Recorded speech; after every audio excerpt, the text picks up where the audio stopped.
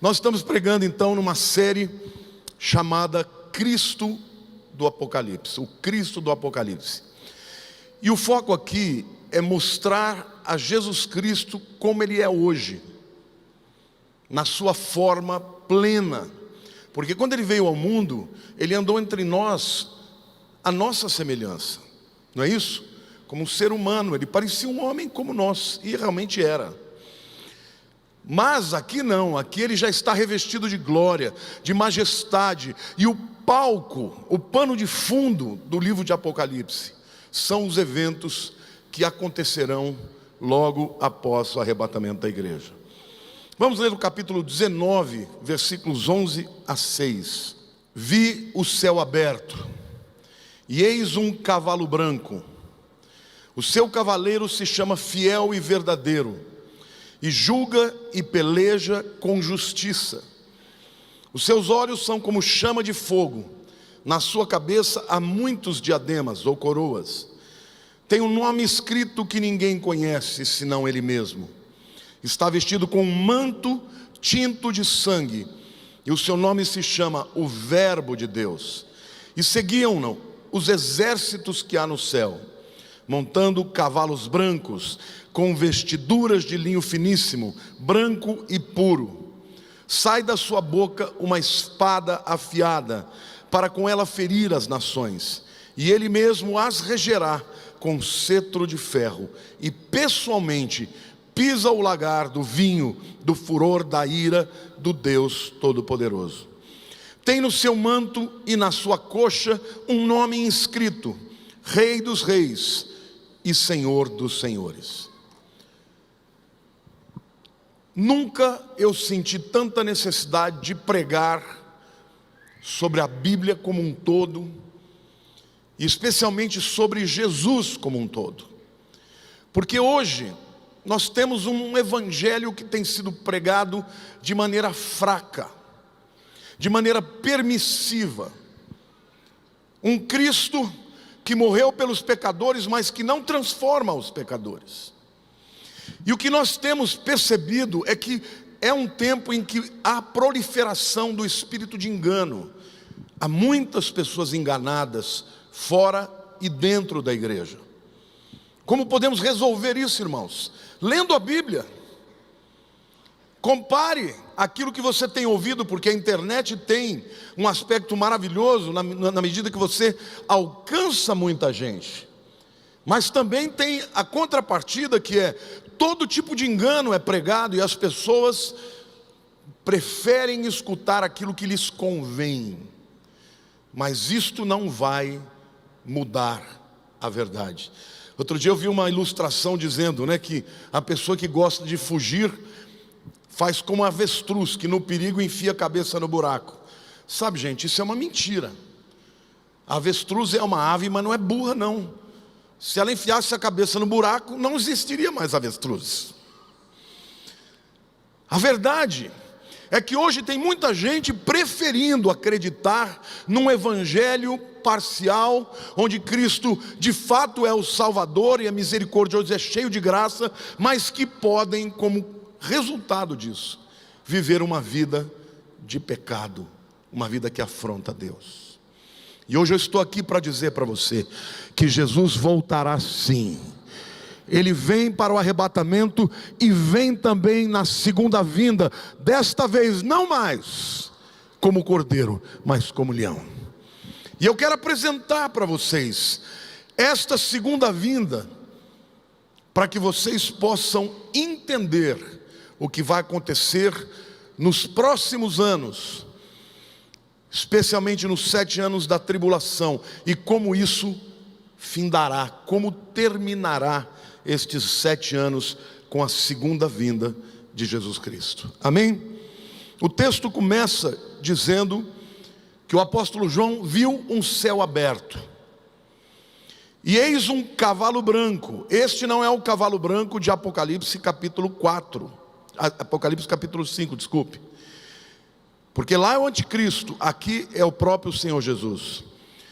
E eis um cavalo branco, o seu cavaleiro se chama Fiel e Verdadeiro, e julga a peleja com justiça. A primeira coisa que eu quero que você entenda é que Cristo virá como comandante glorioso dos exércitos celestiais. Amém? E Ele vem, querido, vem para triunfar sobre todas as forças militares do anticristo. Quando você lê o livro de Apocalipse, você sabe que milhões e milhões de pessoas se unirão aos exércitos do anticristo para combater a nação de Israel e combater a Jesus e combater a todos que creem nele. Mas nessa visão, João vê claramente que ele vem para triunfar sobre as forças malignas deste mundo. E deixa eu lhe dizer uma coisa: às vezes pode parecer que o inimigo vai vencer, mas ele já está derrotado, os seus dias já estão contados. Amém?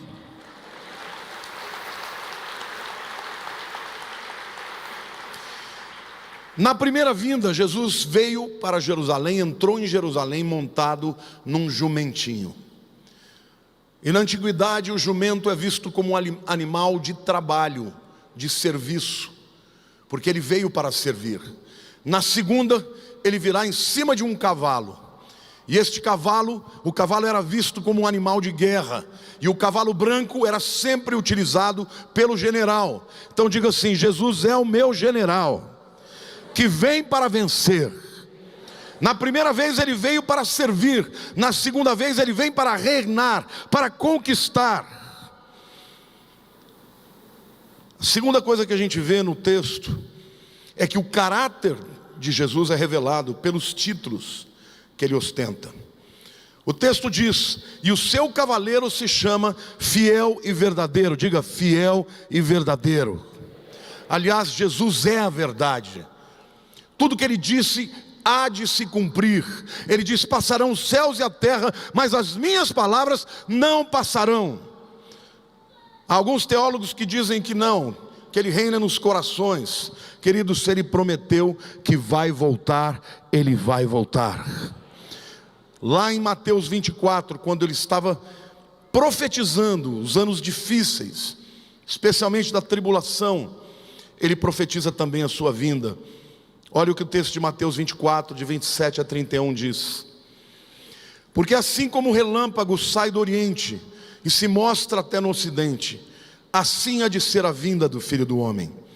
Onde estiver o cadáver, aí se ajuntarão os abutres. Logo em seguida, a tribulação daqueles dias, ou seja, ao final dos 7 anos da tribulação, o sol escurecerá, a lua não dará a sua claridade, as estrelas cairão do firmamento e os poderes dos céus serão abalados. Então aparecerá no céu o sinal do Filho do Homem. Todos os povos da terra se lamentarão e verão o Filho do Homem vindo sobre as nuvens dos céus com poder e muita glória. E ele enviará os seus anjos com um grande clangor de trombeta, os quais reunirão os seus escolhidos dos 4 ventos, de uma e de outra extremidade nos céus. Diga: Jesus voltará. Ele é fiel e verdadeiro. E aqui claramente você percebe que o mundo no qual ele volta é um mundo de inimigos. Aqui já não haverá mais pessoas, igrejas cristãs acontecendo. Elas já terão terminado. A religião que imperará nesse tempo será uma religião sincrética, uma religião entre todas as religiões se miscuirão, se misturarão, e onde o principal aspecto da nossa fé, que é a adoração ao Deus verdadeiro, será proibido. Por isso ele vem para pelejar, e ele é fiel e verdadeiro, queridos. Se prometeu, ele vai cumprir. Às vezes pode parecer que tarda, mas o tempo de Deus é diferente do nosso tempo. Amém? A Bíblia diz que em justiça ele julga e peleja. Olha que coisa tremenda, irmãos. A Bíblia diz que ele vem para juízo. Ninguém gosta de ouvir falar de juízo, né? Porque quando a gente ouve falar de juízo, fala: meu Deus, ele vai me julgar também. Quantos aqui creem em Jesus como seu único e suficiente Salvador? A Bíblia diz: aquele que crê em mim e naquele que me enviou, crê nas minhas palavras e naquele que me enviou, não entra em juízo, mas passou da morte para a vida. Você está vivendo na época da graça. Hoje você não será julgado, porque Jesus já foi julgado. Aliás, você vai comparecer diante de um tribunal, mas esse tribunal não é um tribunal para salvação ou perdição. Esse tribunal, o tribunal de Cristo, é um tribunal para julgar os galardões. Em outras palavras, você vai dar conta de tudo que você pensa, faz e fala, mas quando comparecer lá, o teu nome já terá sido escrito no livro da vida do Cordeiro. Amém, irmãos? Glória a Deus. Mas estes aqui não. Durante a grande tribulação, milhões de pessoas se converterão. Então estes anjos que vêm para separar os que são de Deus, falam daqueles que se converteram durante a grande tribulação, ou porque talvez tenham vivido uma vida à parte de Deus e não tenham sido arrebatados. A verdade é que neste tempo será um tempo de juízo e de peleja. Agora, os pecados que são citados aqui, aliás, eu quero fazer uma pergunta para vocês, para ver se vocês sabem. Por que é que Jesus vai julgar? Qual é o principal pecado dessas pessoas aqui? Olhe para a pessoa do teu lado e diga assim: falta de arrependimento. Vejam, eu vou ler de novo o texto. Aliás, vou ler o texto de Apocalipse 9, 20 a 21, que é um texto pontual onde o juízo está sendo estabelecido, e ele aqui nos dá a dica do porquê as pessoas estão sendo julgadas. Ele diz assim: os outros homens, aqueles que não foram mortos por estes flagelos, alguns citados nos capítulos anteriores, não se arrependeram das obras das suas mãos. Diga: não se arrependeram das obras das suas mãos, deixando de adorar os demônios, os ídolos de ouro, de prata, de cobre, de pedra, de pau, que não podem ver, nem ouvir, nem andar. E ainda mais, nem ainda se arrependeram dos seus assassínios, das suas feitiçarias, nem da sua prostituição, nem dos seus furtos. Queridos, na Bíblia, idolatria, ídolo, vem do grego eidon, o que se vê. Eidon eu vejo. Latreu significa adorar, adorar o que se vê. Na Bíblia, tudo aquilo, toda adoração que não é para o Deus verdadeiro é considerada idolatria. E neste tempo haverá ídolos, porque a adoração, a religião do anticristo será uma religião sincrética. Uma religião sincrética, por exemplo, de hindus, com barrais, e com outras religiões, ou seja, haverá milhões de ídolos. Para vocês terem uma ideia, só o hinduísmo tem 300 milhões de deuses. Eu não errei o número não, irmãos, 300 milhões de deuses, catalogados. Então, será um tempo de idolatria, mas a consequência de uma vida sem Deus são 4 pecados maiores que dominarão a humanidade, que, se vocês perceberem, já dominam hoje. Preste atenção, porque aqui diz claramente que em torno desta adoração existem influências de demônios. E aqui eu quero dizer para vocês que o tempo em que nós estamos vivendo, os demônios já estão dominando as mentes das pessoas. O texto começa falando de violência, fala de assassínios. Eles não se arrependeram dos seus assassínios. Quantos aqui perceberam que o mundo está ficando mais violento? É quase que impossível você ligar a televisão e não perceber gente matando por motivos banais. E agora, se não bastam as mortes, né? Os feminicídios, os crimes passionais, ainda tem um indivíduo que quer matar e ficar perpetuado, né? Porque ele entra com uma metralhadora, mata um monte de gente, e aí as televisões ficam filmando. Aliás, devia se fazer uma lei, um indivíduo desse que entrou, matou gente, não pode aparecer o nome dele em jornal, em televisão nenhuma, porque aí ninguém fica motivado a fazer esse tipo de coisa. Mas a verdade é que nós já estamos vivendo num tempo de muita violência. Vocês já imaginaram quando Jesus não estiver mais aqui e a terra já tiver sido livre, não livre, mas estiver sem a presença da igreja e do Espírito Santo de Deus atuando através da igreja? Como é que vai ser isso? Quantos querem ficar aqui durante os 7 anos da tribulação? Não, né? Nem eu, tomara.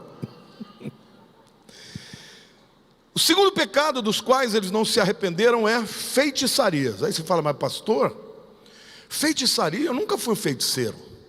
Acontece que essa palavra feitiçaria, na língua original do Novo Testamento, o grego, é pharmakeia. Parece que palavra é essa, gente? Farmácia. E por que feitiçaria era chamado de pharmakeia?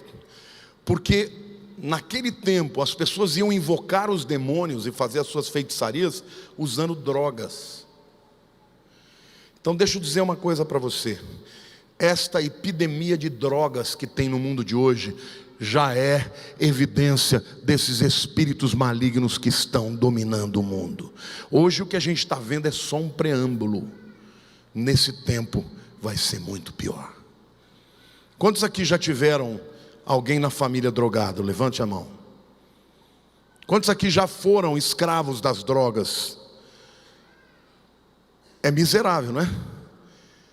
As drogas vêm para amarrar, para destruir. E não destrói só o indivíduo que usa, destrói a família inteira. Pois é, a Bíblia está dizendo que neste tempo isto será em níveis epidêmicos. E as pessoas não se arrependerão dos seus pecados de feitiçaria ou de drogas. O terceiro é prostituição. E a palavra prostituição no grego é porneia. Porneia. Porneia lembra o quê? Pornografia. Grafo no grego é escrita, desenho, ícone. Pornografia literalmente significa o quê? Significa a representação gráfica deste espírito de imundície, de pecado, de prostituição. Irmãos, isso é epidêmico. Vocês sabem qual é a idade que hoje os meninos estão começando na pornografia? 8, 9, 10 anos, já viciados na internet. E os pais entregam celular com internet livre para os seus filhos, e não sabem que estão entregando esses seus filhos para demônios. Quantos casamentos acabam hoje por causa de pornografia, irmãos? Porque as pessoas ficam ligadas a todo tipo de prática abominável e não conseguem mais ter um relacionamento natural com a sua própria esposa. Cuidado, se você é uma pessoa viciada em pornografia, se livre disso, procure ajuda, peça oração, peça libertação, porque este demônio vem para te destruir. Vem para destruir a família. E infelizmente isto está dentro da igreja também. Por que vocês estão tão calados? Quem cala consente?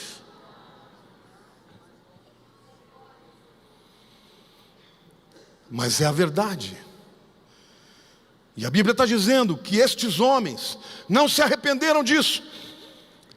Hoje nós estamos lutando, irmãos, contra a sociedade. Eu não sou tão velho assim, tenho 57 anos. Mas na minha juventude, essas coisas, elas existiam, mas elas não eram promulgadas, elas não eram apoiadas, incentivadas. Hoje a sociedade está incentivando todo tipo de prática contrária à vontade de Deus. Hoje você já tem projetos correndo no Congresso Nacional para aprovação da pedofilia, irmãos. Recentemente nós vimos na televisão uma rede de pedófilos sendo presa. Um pediatra de 74 anos mandando fotos de crianças. Isto é demônio. Este é um tempo em que os demônios se levantarão. É um tempo difícil, você não tem ideia de como será difícil a grande tribulação, porque hoje a igreja de Jesus ainda resiste. Hoje a igreja de Jesus ainda prega o evangelho da salvação. Então, meu querido, saiba,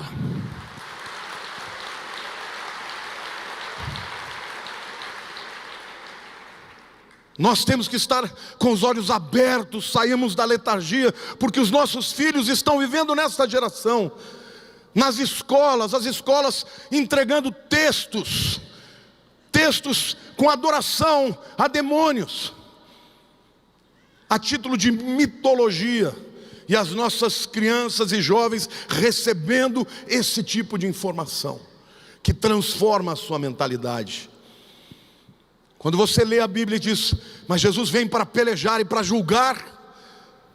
Por quê, pastor? Ele não é amor? É, mas ele odeia o pecado, e odeia aquilo que o pecado faz nas criaturas que ele criou, nos seus filhos. Amém, igreja? Então, igreja, é hora de nos levantarmos com autoridade, sabendo que enquanto estivermos aqui na terra, ainda somos a resistência contra o anticristo. Amém, igreja? Não dá para ficar inerte diante dessa situação. Ele vem para julgar, porque estes homens não se arrependeram dos seus pecados. Pecados de violência, assassinatos, feitiçarias, que são drogas literalmente, prostituição e por último, furtos. Esse é o tempo da corrupção, irmãos. É o tempo da corrupção, onde os indivíduos chegam ao poder, e ao invés de estarem lá para servir as pessoas, eles chegam lá e se locupletam e roubam e se corrompem. E isto não é no Brasil, isto é no mundo. Porque o príncipe deles, o diabo, vem para roubar, matar e destruir. Ainda temos tempo de pregar o evangelho, e as pessoas têm tempo de escolher a quem vão servir. A quem vocês vão servir, irmãos? Diga a Jesus. Escolha a Jesus, porque Ele é fiel e verdadeiro. Amém. Arrependimento é algo que Deus não resiste. Eu não estou aqui para acusá-los, e nem para intentar estabelecer juízo sobre vocês. Eu estou aqui para dizer que pecado é pecado. E eu estou aqui dizendo para vocês que pecado tem uma solução, e a solução é arrependimento. Porque a Bíblia diz que Deus resiste ao soberbo, mas dá graça ao humilde. O arrependimento de uma mulher adúltera alcançou o coração de Jesus, que a perdoou. O arrependimento de um homem ladrão como Zaqueu tocou no coração de Jesus, a ponto de ele ir na casa dele e transformar a vida dele. O arrependimento de Pedro fez com que Jesus o chamasse para ser o seu primeiro líder da igreja. Arrependimento toca o coração de Deus. Então este é um tempo da igreja se arrepender de um evangelho raso, de um evangelho que não é o que a Bíblia prega, irmãos. Eu tenho tido muito temor, porque eu jamais quero chegar na presença de Deus sem ter entregue o recado de Deus para a sua vida. Jesus tem poder para transformar a tua alma, a tua história, a sua família, tem poder para te libertar, mas começa tudo com arrependimento. Amém, irmãos? E a palavra de Deus diz que sem arrependimento não há remissão de pecados.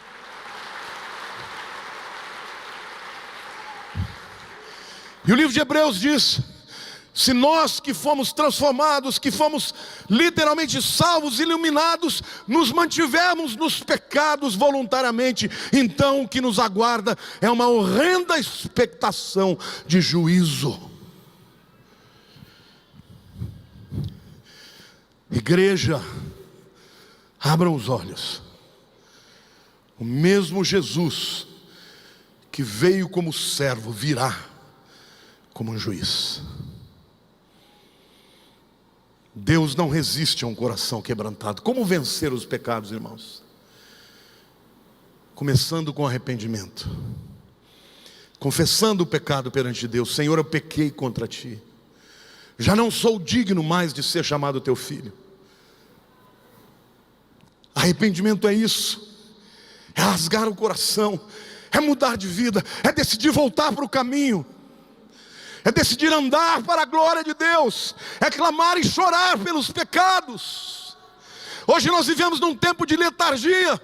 As pessoas já nem sentem mais a culpa, porque as suas mentes estão ficando cauterizadas. Igreja, ainda tem um chamado de Deus para a sua vida, de ser luz do mundo, de ser sal da terra, de pregar até que o Senhor volte. Amém, igreja? Amém, igreja?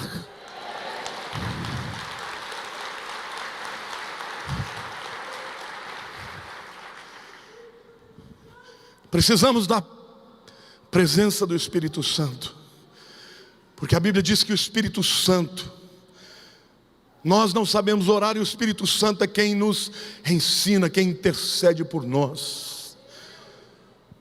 Você precisa de uma comunhão com o Espírito de Deus. Você precisa levantar, ler a palavra de Deus, dizer: Senhor, que a tua palavra me transforme nesse dia. E deixar que o Espírito Santo te conduza ao arrependimento. Querido, se você está vivendo em pecado e o pecado está gerando acusação em você, não fuja desta acusação, porque isso é a voz do Espírito que não vem para acusar, mas vem para convencer o mundo do pecado, da justiça e do juízo. Mas estes aqui não se arrependeram. Temos que orar pelos nossos filhos, temos que orar pelos nossos jovens, porque a luta que eles enfrentam, irmãos, é extraordinária. Eles vão para as escolas, e a palavra dos professores é lei na vida deles, e eles são ainda mais empoderados pelo grupo. E hoje as escolas não estão mais aqui para ensinar, mas para desviar os jovens da fé. Então você, jovem, tome posição, não fique em cima do muro. Cristo vem para julgar a peleja, e nesse tempo da grande tribulação haverá uma arrogância. Vocês já perceberam o nível de arrogância que existe hoje nos artistas, nos jornalistas, estes que estão na mídia? Você fala da verdade, você fala de uma família tradicional, de um homem e uma mulher, eles riem como se você fosse um louco, sendo que durante milênios a história dos homens foi assim. Eles querem acabar com isso, e riem, e zombam. Isso é só o começo, nesse tempo vai ser muito pior. Vejam o que Apocalipse 13, versículo 4 diz: e adoraram o dragão, Satanás, porque deu autoridade à besta, o anticristo. Também adoraram a besta, dizendo: quem é semelhante à besta? Quem pode pelejar contra ela? Quem pode? A resposta está aqui: Jesus Cristo pode, e Ele virá, e Ele pelejará, e Ele vencerá, e Ele julgará a humanidade, porque Ele pode.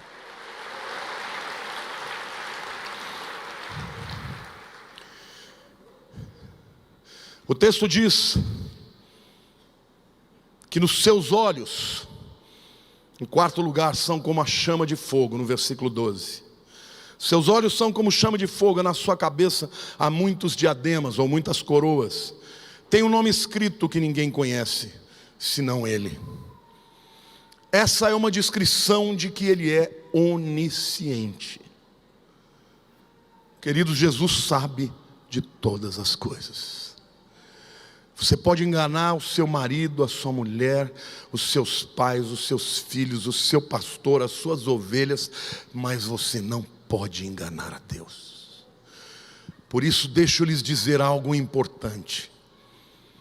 Se você quer estar no arrebatamento, irmãos, trate de se arrepender, de mudar de vida, de pedir ao Senhor, de chorar na sua presença, para mudar a sua vida. Porque aqueles que voluntariamente se mantiverem vivendo em pecado, ainda que haja controvérsias, eu não estou falando de salvação, estou falando de arrebatamento. Aqueles que assim estiverem, na minha maneira de entender, vão passar pela grande tribulação todinha. E vão estar numa situação muito pior. Se você não resiste hoje, que você ouve a palavra, que você tem a presença do Espírito Santo ainda maciça na terra, porque eu não quero aqui trazer uma palavra de alarme, porque eu sei que o Espírito Santo está fazendo uma obra de avivamento, de conversão, de transformação. A igreja de Jesus ainda está avançando. Amém, igreja? Mas quando chegar a hora, as pessoas terão muito mais dificuldade. E quando ele vier para julgar, ele sabe todas as coisas. Ninguém será capaz de escapar do seu olhar onisciente. O versículo 12 ainda diz que na sua cabeça há muitos diademas. Diga assim: ele é rei. Ele é rei, meu irmão. E ele vem para governar e para reinar. O milênio será um tempo em que a humanidade presenciará o que é um reino de justiça, de equidade. O comunismo nunca trouxe isso e jamais trará. Cuidado com essa falácia de acreditar que algum sistema humano pode trazer justiça na terra. Não pode. Como disse Winston Churchill, a democracia é o pior de todos os sistemas, excetuando-se todos os demais. Capite? É o pior de todos os sistemas, porque é humano, excetuando todos os demais. Ou seja, ainda é o melhor, a democracia. Mas é incapaz de transformar os seres humanos. Somente Jesus pode. E quando ele vier governar, ele vai governar sobre a terra com justiça e com equidade. Amém? Então, cristão não deveria lutar por bandeiras humanas. Nós podemos estar envolvidos na política, em todas as áreas, na vida empresarial, na vida artística. A igreja precisa tomar os espaços, mas não acreditando que o que vai trazer efetivamente restauração está debaixo do entendimento do ser humano. Só Jesus. E ele virá como rei. Por isso tem coroas na sua cabeça. A Bíblia diz que ele tem um nome que ninguém conhece. Interessante isso, né? Isso é algo que eu confesso para vocês que eu não entendo muito bem porquê. Deve ser alguma porção, porque o nome sempre revela o caráter nas Escrituras. Mas o Apocalipse 2,17 diz assim: quem tem ouvidos ouça o que o Espírito diz às igrejas. Ao vencedor dar-lhe-ei do maná escondido, bem como lhe darei uma pedrinha branca, e sobre esta pedrinha escrito um nome novo, o qual ninguém conhece, exceto aquele que o recebe. Eu estou dizendo isso porque há alguns teólogos que acreditam que este nome novo que não foi revelado, que Jesus tem, será transferido para nós. Olhe para a pessoa do teu lado e diga: você vai receber o mesmo nome de Jesus. Um nome que ninguém conhece. Apocalipse 3,12 diz assim: ao vencedor falo-ei coluna no santuário do meu Deus, e daí jamais sairá. Gravarei também sobre ele o nome do meu Deus, o nome da cidade do meu Deus, a nova Jerusalém que desce dos céus, vinda da parte do meu Deus, e o meu novo nome. Ainda tem alguma grande revelação que está por vir, irmãos. Glória a Deus. O texto diz que ainda que ele esteja vestido com vestes brancas, ele estará vestido com um manto manchado de sangue. Versículo 13 diz assim: está vestido com um manto tinto de sangue, e o seu nome se chama o Verbo de Deus. Alguns dizem que as vestimentas manchadas de sangue têm a ver com as guerras que ele haverá de pelejar. Mas eu não creio nisso, porque só a partir do versículo 15 do capítulo 19 é que ele vai guerrear. Eu creio mesmo que esta roupa manchada de sangue é a marca do fato de que ele foi morto, que foi açoitado e derramou o seu sangue. Quantos estão ouvindo aqui a novela Jesus? Está demais, né? Está demais, não dá para não chorar, porque a gente se lembra daquilo que ele fez por mim e por você. Querido, os seus pecados foram os pecados que crucificaram Jesus na cruz. Então, em nome de Jesus eu quero te dizer, ser livre dos seus pecados, viva para o Senhor, porque Ele já venceu lá na cruz do Calvário, amém, irmãos? E quando Ele vier,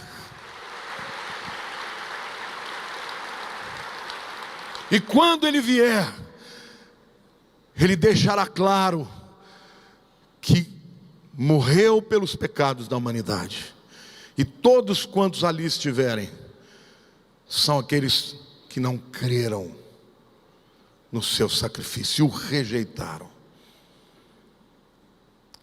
Versículo 15, como eu disse, diz: sai da sua boca uma espada afiada, para com ela ferir as nações, e ele mesmo as regerá com cetro de ferro, e pessoalmente pisa o lagar do vinho, do furor da ira do Deus Todo-Poderoso. Portanto, o versículo 15 anuncia que ele vai vencer as nações, mas ele aparece no céu já manchado de sangue. Então, na minha opinião, este sangue nas vestes falam da sua morte e do sangue que ele derramou por mim e por você. Em oitavo lugar, eu quero dizer que o nome dele, que é chamado também, é o Verbo de Deus. O verbo, meu querido, no Velho Testamento, a palavra, né? Davar, palavra, e no Novo Testamento, logos, significa a ação de Deus. E veja o que Isaías 55:11 diz: assim será a palavra que sair da minha boca, não voltará para mim vazia, mas fará o que me apraz, e prosperará naquilo para que a designei. Quando a Bíblia diz que Jesus é o verbo, Jesus é a palavra, significa que Ele é aquele que executou toda a vontade de Deus. E Deus proferiu a palavra, Jesus veio, a palavra veio no mundo, e quando voltou, completou a obra para a qual Deus a enviou. Amém? Então Ele é o verbo de Deus, porque é Ele, Jesus, quem executa. A Bíblia diz que o universo foi criado pela palavra. Quem é a palavra? Jesus. Colossenses diz: todas as coisas foram criadas por Ele, e sem Ele, nada do que foi feito se fez. Então Deus disse: Filho, crie o universo. E Jesus foi e criou o universo. Amém, irmãos? É esse Deus que está vindo, a sua palavra, a palavra que sustenta o universo, voltará para este mundo para julgá-lo e para governar sobre ele. Amém? Mas alguns intérpretes acreditam que chamar de a palavra de Deus é uma substituição para o nome de Deus, que não se tomava de maneira em vão. Vocês se lembram lá em Êxodo 27, diz assim: não tomarás o nome do Senhor teu Deus em vão, porque o Senhor não terá por inocente aquele que tomar o seu nome em vão. É claro que aqui João não estaria tomando o nome em vão, mas alguns acreditam que a tradição fez com que os judeus passassem a substituir o nome de Deus por a palavra de Deus. E eu quero mostrar de onde vem essa interpretação, porque no texto de Êxodo 17 diz assim: e Moisés levou o povo fora do arraial, ao encontro de Deus, e puseram-se ao pé do monte. Tá? Essa é a tradução nossa. No Targum, que é uma versão aramaica do Velho Testamento, diz assim, o mesmo texto: e Moisés levou o povo fora do arraial, ao encontro de quem? Da palavra de Deus. Então, alguns teólogos dizem o seguinte, que chamar a Jesus de o verbo de Deus significa que Ele é a ação de Deus. É Ele quem executa a vontade de Deus. Mas alguns estão dizendo, não, mas não é só isso. Isso significa que Ele também é Deus. Jesus não é uma criatura, Ele é o Criador. Amém? A verdade é que Ele está vindo, e Ele está expondo os seus nomes, para expor a sua autoridade, para expor a sua missão, diante de toda a humanidade. Porque esta é uma visão em que toda a terra verá.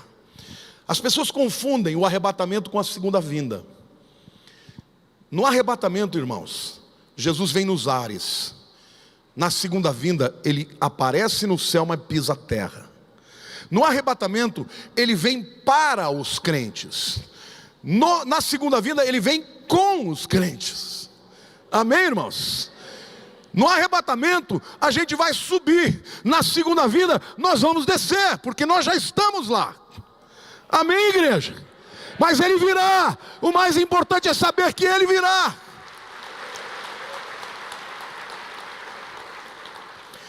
E aqui em nono lugar, a gente vê que Ele vem acompanhado com os seus exércitos. Veja que exército está no plural. Ele não vem com um exército só, existem exércitos nos céus. Versículo 14 diz, e seguiram-nos os exércitos que há no céu, montando cavalos brancos, com vestiduras de linho finíssimo, branco e puro. Querido, quando a Bíblia fala de linho, fala de pureza, mas não de pureza inocente, mas de uma pureza que foi transformada em algo puro. Este texto aqui, a mesma palavra usada aqui, destes exércitos, é usada para descrever a vestimenta da noiva. Olhe para a pessoa do teu lado e diga assim, esses exércitos que ele está dizendo aqui, um deles somos nós, é a noiva de Cristo. Amém? Glória a Deus.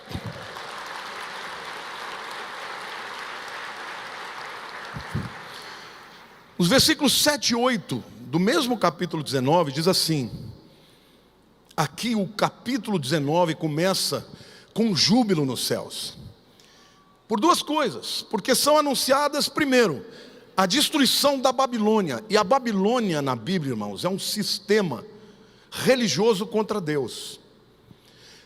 A guerra entre o Deus verdadeiro e o espírito da Babilônia está desde o Gênesis. Lembram-se da Torre de Babel? É Babilônia. E esta guerra, ela vai ao longo, o espírito da Babilônia vai lutando contra o espírito de Deus até no final. E aqui no capítulo 19 é anunciado que a Babilônia caiu definitivamente e vai cair todo aquele que se levanta contra Deus. Amém, igreja? Alegremos-nos, exultemos, versículos 7 e 8.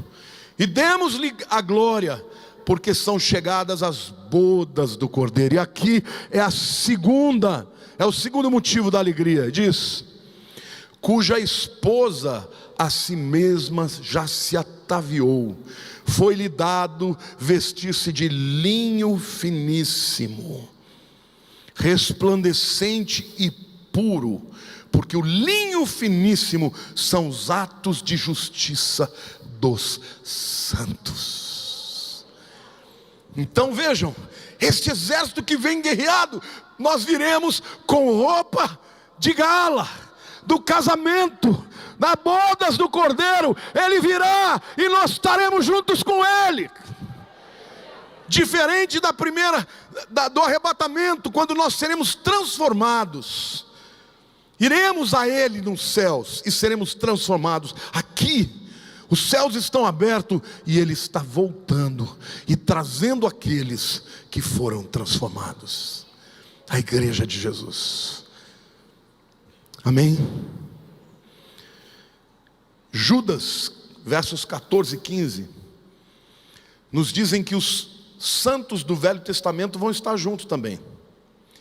Olha que isso aqui, Judas não é o Judas Iscariotes, tá? É importante explicar isso, porque tem gente que talvez não saiba.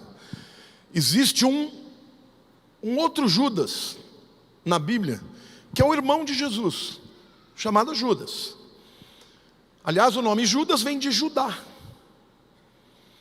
Então era um nome comum entre os hebreus. E olha o que diz o irmão de Jesus: quanto a estes foi que também profetizou Enoque. Lembram-se do Enoque, aquele que foi arrebatado sem morrer? O sétimo depois de Adão, dizendo: eis que vejo o Senhor entre suas santas miríades, para exercer juízo contra todos, e para fazer convictos todos os ímpios, acerca de todas as obras ímpias que impiamente praticaram, e acerca de todas as palavras insolentes que ímpios pecadores proferiram contra ele. Enoque viu estas miríades vindo com Jesus, incluindo os santos do Velho Testamento, amém? Mas tem um outro tipo de exército que vem também, que é o exército de anjos. Mateus 25:31 diz assim: quando vier o Filho do Homem, na sua majestade, e todos os anjos com ele, então se assentará no trono da sua glória. Você pode, irmãos, fechar os olhos e ouvir e ver pela fé o que vai acontecer? Você já imaginou, irmãos, lá embaixo, o mundo vivendo de maneira, como nos dias de Sodoma, a Bíblia diz, e como nos dias de Noé, violência e sexualidade dominando, a feitiçaria, as drogas dominando, a roubalheira, e as pessoas arrogantemente se levantando contra Deus, e dizendo: quem pode pelejar com a besta? E de uma hora para outra, pá! Aparece o sinal do Filho do Homem nos céus, com os seus exércitos. Irmãos, embora nós estejamos presentes, Ele não precisa de nós, porque Ele vencerá o anticristo com a espada da sua boca, a palavra da sua boca destruirá o anticristo e os seus exércitos. Amém, igreja? Aplauda ao Senhor, glorifique a Deus.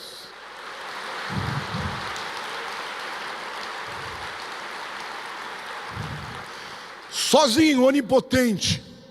Mas então por que a gente vem? Porque nós vamos governar com Ele. A Bíblia deixa claro isso lá em 1 Coríntios 6:2. Ora, não sabeis que os santos hão de julgar o mundo? Ora, se o mundo deverá ser julgado por vós, sois acaso indigno de julgar as coisas mínimas? Sabe, irmãos, a Bíblia nos diz que nós, seres humanos, não devemos julgar pessoas, porque nós não conhecemos todas as coisas. Então você não julga uma pessoa, mas você pode julgar as obras das pessoas, sim ou não? Porque as pessoas estão mudando, né? Não, pode fazer o que quiser, ninguém tem direito de julgar. Não, a Bíblia diz que você vai julgar os santos, sim. Você pode não julgar a intenção, os motivos pelos quais a pessoa está agindo daquele jeito, mas nós somos, neste mundo, luz, e a luz vence as trevas. Amém, igreja? Então a razão por que a gente vai vir é para julgar e posteriormente para governar. Da sua boca sai uma espada afiada para ferir as nações. No versículo 15. E ele mesmo as regerá com cetro de ferro, e pessoalmente pisa o lagar do vinho do furor da ira do Deus Todo-Poderoso. Irmãos, olha para o teu irmão do lado e diga: é juízo, irmão. É juízo, e não vai ser pouco não, vai ser juízo pesado. Deixa eu fazer uma pergunta para você. Como Deus criou o mundo? Pela palavra. Como Jesus venceu o diabo no deserto? Pela palavra. Como as pessoas são transformadas? Pela palavra. Como você vence o diabo? Pela palavra. Como os santos da tribulação vencerão? Pelo sangue do Cordeiro e pela palavra do seu testemunho. Diga, é pela palavra. É pela palavra que nós vencemos o diabo, não tem outro jeito. E pela palavra ele vence também o anticristo, o falso profeta e os inimigos de Deus. Amém? Mas eu quero aqui fazer uma observação de cunho filosófico e espiritual. Procurei escolher a palavra certa aqui, porque hoje novamente nós percebemos o recrudescimento do antissemitismo. O mundo está se voltando contra Israel, irmãos. Vocês percebem isso ou não? Israel é visto na mídia como uma nação tirana. Ninguém fala a verdade, ninguém fala que Israel nunca luta contra os inimigos. Israel está sempre se defendendo. Quando os palestinos invadem Israel para matar crianças, para sequestrar, Israel responde com dureza, mas até as pessoas feridas lá são tratadas de graça em Israel. Mas não adianta argumentar, porque o mundo de novo está se voltando contra Israel. Por quê, irmãos? Porque o povo de Deus, Israel, é amado de Deus. E eu quero ler um texto para vocês, que é muito sério, que Deus me mostrou alguns anos atrás, para que você tome uma posição definitivamente, ou uma posição definitiva nesse caso. Joel 3,2 diz assim, isso aqui é o Senhor falando: congregarei todas as nações e as farei descer ao vale de Josafá. Aqueles que forem comigo para Israel esse ano, nós vamos estar no vale de Josafá. Não é o vale de Jezreel, tá? Onde vai ser o Armagedon, que nós vamos também. Aqui é o vale de Josafá, onde Deus diz. Aliás, Josafá no hebraico é Yehoshafat. Yehoshafat é o Senhor Deus, Jeová, ou Yahweh, julgará. Haverá um juízo não de pessoas, mas de nações. E por que Deus vai julgar as nações? Veja o que ele diz: e as farei descer ao vale de Josafá, e ali entrarei em juízo contra elas, por causa do meu povo e da minha herança Israel, a quem elas espalharam por entre os povos, repartindo a minha terra entre si. O que Deus está dizendo? Eu dei aquela terra para o meu povo. Quem invadiu, quem dividiu, quem se levantou contra, vai ser julgado nesse dia. Você quer ser julgado por isso, irmãos? Olhe para o teu irmão do lado e diga: tenha juízo, meu irmão. A Bíblia está dizendo claramente que isso é uma questão séria. Isso é uma questão séria, isso não é uma questão de menor importância. Deus está dizendo: é o meu povo, aquela terra eu dei para eles, e quem entrou para dividir vai ser julgado nesse dia, depois que Jesus vier, e com a palavra da sua boca ele destruir o anticristo, lançar no lago de fogo com falso profeta, prender Satanás por 1000 anos. As nações estarão no vale de Josafá e serão julgadas por esta causa. E no tempo da volta de Jesus, então, vai ser o mundo inteiro contra, né? A gente vê claramente lá em Zacarias capítulo 12, versos 2 e 3. E eis que eu farei de Jerusalém um cálice de tontear para todos os povos em redor, e também para Judá, durante o sítio contra Jerusalém. Naquele dia farei de Jerusalém uma pedra pesada para todos os povos. Todos os que a erguerem se ferirão gravemente, e contra ela se ajuntarão todas as nações da terra. A Bíblia é maravilhosa, né? Tem gente que fala: não, isso já se cumpriu, isso fala do cerco de Jerusalém. alguns acreditam que seja 70 depois de Cristo, mas irmãos, a Bíblia está dizendo que é todas as nações da terra. Nunca houve um tempo na história em que todas as nações da terra se levantaram contra Israel. No fim vai acontecer, mas a Bíblia está dizendo que Jerusalém vai ser uma pedra pesada. Quem tentar levantar vai se ferir gravemente. Amém? O trecho diz mais, diz que ele pisará o lagar da ira do Deus Todo-Poderoso. Versículo 15 de novo: sai da sua boca uma espada afiada para com ela ferir as nações, e ele mesmo as regerá com cetro de ferro. Diga Jesus. E pessoalmente pisa o lagar do vinho do furor da ira do Deus Todo-Poderoso. Você sabe o que é um lagar? Quem sabe o que é um lagar? O lagar é o lugar onde as uvas são colocadas, e as pessoas pisavam as uvas para dali fazer o vinho. Então, a Bíblia usa o lagar como uma figura de esmagamento. E o que Deus está dizendo aqui, que neste momento em que Jesus vier, o levantamento do anticristo vai ser uma coisa tão séria, irmãos, que o próprio Jesus vai esmagar os inimigos. O próprio Jesus vai esmagar os inimigos. E pessoalmente pisa o lagar do vinho do furor da ira do Deus Todo-Poderoso. Esta é uma metáfora muito forte do julgamento. Tem muita gente que está perto de você que nunca ouviu falar de Jesus propriamente. Fale de Jesus. Fale de Jesus. Fale da salvação de Jesus. Mas fale também que aqueles indivíduos que ouvirem a palavra de Jesus e não se entregarem a Ele, eles não terão a salvação.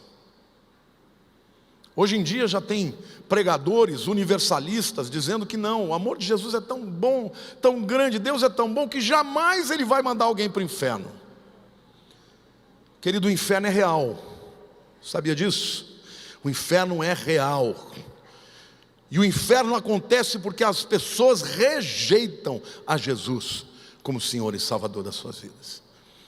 Então é importante que vocês saibam que Jesus veio sim para morrer, Ele se humilhou sim, para que nós pudéssemos ser filhos, mas aqueles que não o receberem, vão ter o juízo que merecem.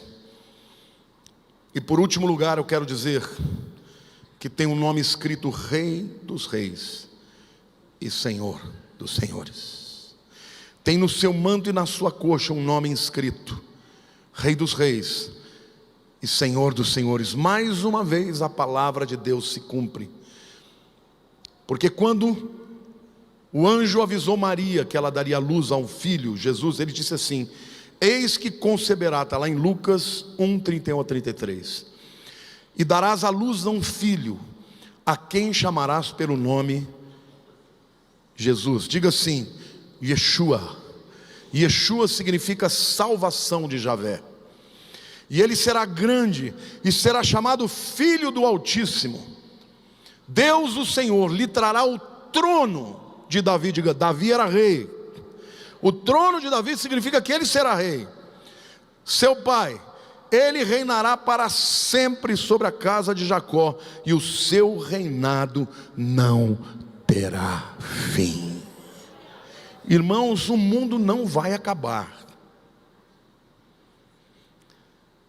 mas vai acabar do jeito que ele está hoje, porque a Bíblia diz que serão renovados pelo fogo. Mas aonde Jesus vai governar? Aqui na terra. No livro de Apocalipse você vê a cidade de Jerusalém celestial descendo sobre a terra.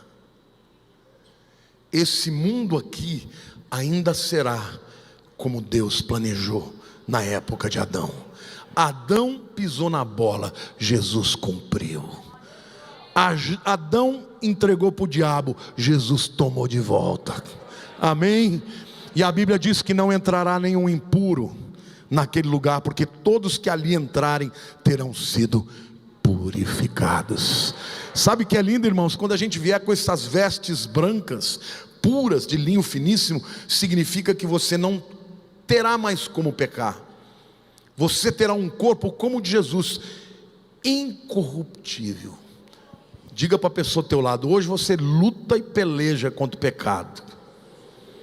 Lá o pecado será só uma lembrança. Glória a Deus, irmãos, aleluia. Você não pode aplaudir o Senhor?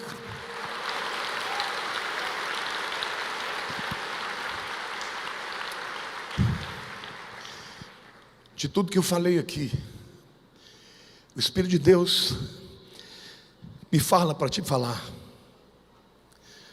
Todos nós aqui, irmãos, não tem ninguém aqui, eu não posso estar aqui como alguém colocado numa plataforma melhor do que você. Eu sou pecador como você.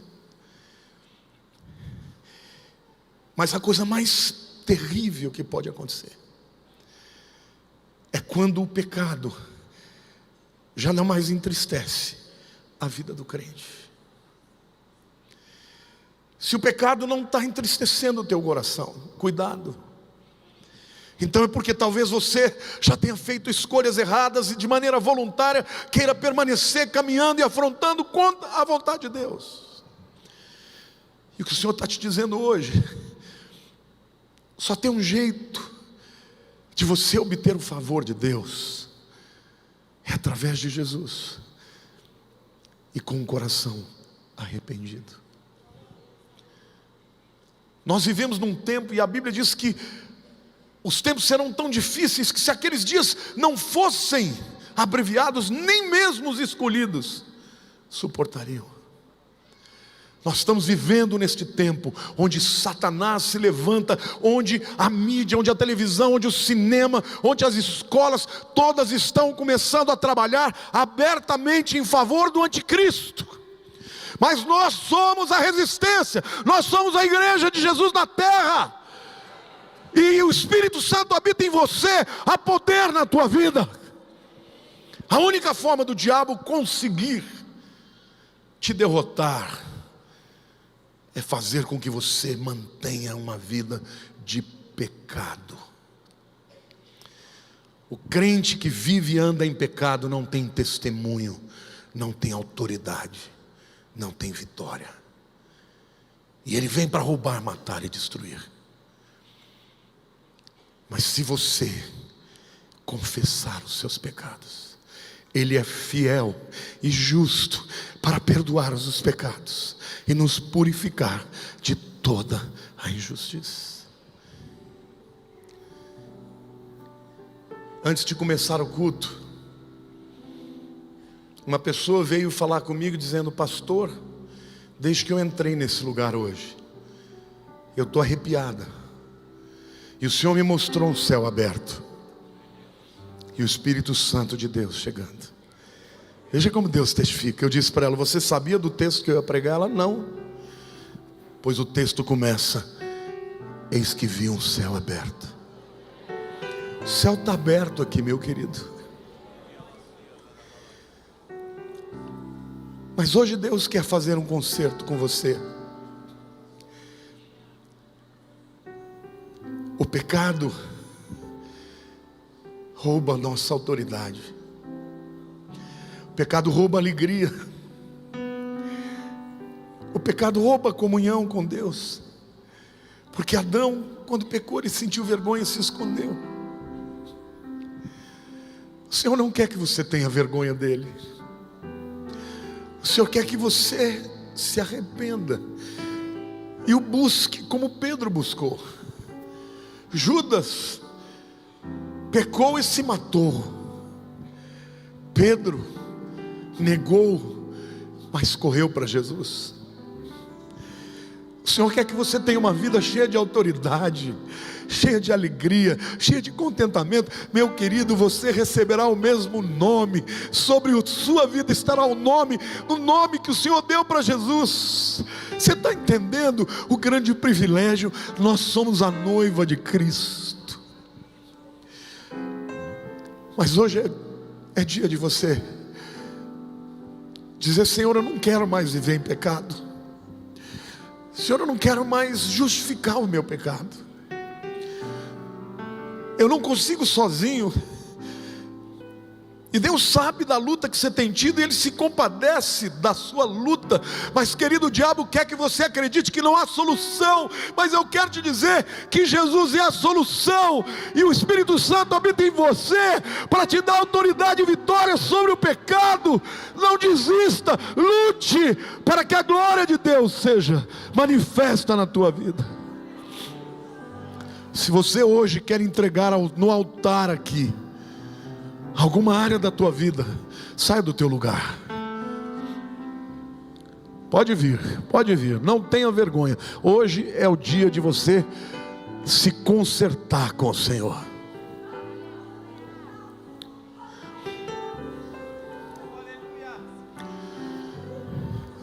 Você pode ajoelhar no altar aqui se você quiser, se não, pode ficar de pé também.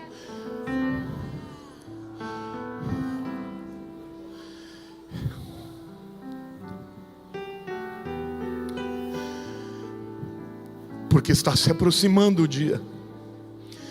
Não sei se vai ser no meu tempo, na minha geração, mas às vezes eu tenho dito para Deus: Senhor, vai piorar muito ainda. E Deus, eu quero interceder pelos nossos jovens. Eu quero interceder, Senhor, pelas nossas crianças. Senhor, eu te peço que os pais estejam cheios do Espírito Santo, Senhor, para protegê-los do mal, para protegê-los, ó Deus, do roubo, do engano do inimigo, Senhor. Em nome de Jesus, Senhor, aqui está a tua igreja. Se você ainda quer se entregar a alguma área da tua vida, fica com a sua mão levantada. Ore comigo assim, diga: Senhor Jesus, perdoa-me pela frieza, pela falta de arrependimento. Eu não quero estar entre aqueles julgados por não se arrependerem. Como a tua palavra diz, nós não precisamos ser lavados todos, porque já fomos lavados por ti. Mas os pés sim, porque falam do nosso caminhar. Perdoa-nos, ó Deus. Limpa a nossa vida. Dá-nos autoridade sobre o pecado. Ajuda-me, Espírito Santo. Intercede por mim, pelas minhas fraquezas, porque eu não sei orar muitas vezes como convém. Muda a minha sorte, muda a minha família, muda a minha história, para que eu neste mundo seja resistência ao império do anticristo. Obrigado, Senhor, pelo privilégio de viver nessa geração em que a tua palavra é pregada tão abertamente. Fortalece a minha alma. Eu confesso os meus pecados, em nome de Jesus. Amém. Aplauda o Senhor, querido. Pode ficar de pé. Queridos, já vou orar e terminar, mas eu queria desafiá-los. Você não quebra um hábito se você não substituir com outro hábito. Vocês sabiam que os cientistas dizem hoje que o que prende uma pessoa à pornografia é a mesma substância que a droga prende? A dopamina. O cérebro é estimulado através dessas coisas e a dopamina vicia. É a mesma substância secretada na cocaína, na utilização da cocaína. Por isso vicia tanto. Lute contra pornografia. Isso quer destruir a tua vida, quer destruir o teu casamento. Não receba esses e-mails desses amigos que mandam coisa porcaria para você, porque eles não te amam, eles querem acabar com você, ou pelo menos querem que você acabe como eles estão acabando. Então substitua estes hábitos ruins. Vai ser difícil no começo, mas o Espírito Santo vai te ajudar. Leia a palavra todos os dias. Leia a palavra. Jesus diz: sem mim nada podeis fazer. Você só vai vencer o pecado se você estiver grudado nele, recebendo dele. Nós vivemos num tempo em que esses pecados são epidêmicos. Epidêmicos. Eu jamais vou chegar aqui e perguntar, alguém aqui quer falar disso, porque eu sei que a grande maioria já luta com isso ainda. Então saiba de uma coisa: Deus quer te dar vitória sobre isso. Você não quer ser livre em nome de Jesus? Desenvolva uma comunhão com Ele. Separe um tempo. Dobre o seu joelho. Busque a presença dEle. Diga para Ele: Senhor, eu preciso tanto da sua presença na minha vida. Eu quero viver para a tua glória. E Ele vai te dar vitória. Eles o venceram pelo sangue do Cordeiro e pela palavra do seu testemunho. Jesus quer te dar vitória. Você está salvo. Você que já entregou a vida para Jesus está salvo. Mas Satanás quer te levar cada vez mais a uma vida miserável, para que você não tenha autoridade de testemunhar. Amém? Então levante a mão para o céu. O Senhor quer que você termine este culto recebendo a sua bênção. E a palavra de Deus diz que a bênção do Senhor enriquece e não acrescenta dor. Espírito Santo de Deus, vivifica a tua igreja. Dá vitória sobre as obras da carne, Senhor. Dá vitória para a tua igreja, Senhor. Ouve o clamor do teu povo. Do teu povo que te adora, que confessa os seus pecados. E que agora, Senhor, a graça de Jesus Cristo, que nós nunca vamos merecer. E o amor do Pai que nos criou, que nos redimiu. E as consolações do Espírito Santo, que habita em nós, sejam conosco. E fortaleça-nos como igreja, como noiva, todos os dias das nossas vidas, até a consolação dos séculos. Amém.